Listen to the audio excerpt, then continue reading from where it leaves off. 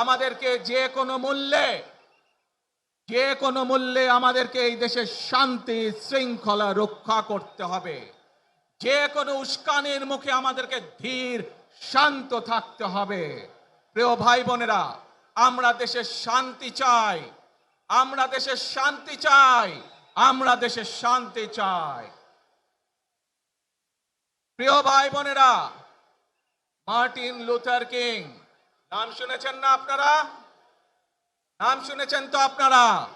Martin Luther king, তার একটি বিখ্যাত ডায়লগ আছে, আই হ্যাভ এ ড্রিম।